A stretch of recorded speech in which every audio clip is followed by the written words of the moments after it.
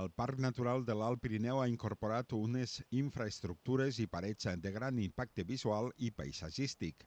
La idea ha estat crear uns murals d'educació ambiental que subratllin els valors del parc al mateix temps que dona una altra vida a aquestes parets.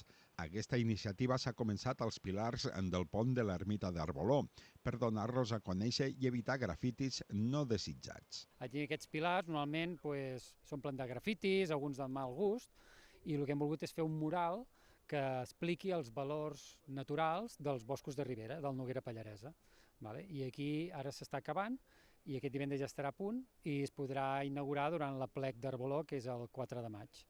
I allí s'expliquen, en el mural hi ha representats les diferents espècies de fauna i flora típiques del Noguera Pallaresa. El mural l'està realitzant un artista d'Ivars d'Urgell i especialista en representar escenes de pardals i natura, que ha treballat per tot el món. L'autor posa de relleu aquesta natura que envolta l'espai. El que veig més positiu del mural és que al final estàs oferint, en aquest cas, una obra d'art, podríem dir, però a banda, en aquest cas, coneixement de les espècies, la possibilitat de conèixer les espècies que ens envolten d'una manera molt fàcil i molt accessible, és a dir, que està al carrer, en aquest cas està a la natura, està en un lloc públic i llavors això vol dir que molta gent s'ho pot trobar. No has d'anar a buscar en un llibre, en una guia per conèixer-ho, sinó que t'ho pots trobar i això pot despertar l'interès de moltes persones i a la vegada la sensibilitat, que és el que porta a tenir-ne una cura. L'espai on s'ubica ajuda a triar els colors del mural, les espècies representades i el paisatge de l'obra.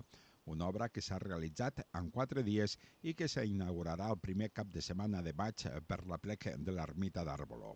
Hi ha planificats diferents espais per continuar amb aquesta tasca artística i divulgativa del parc.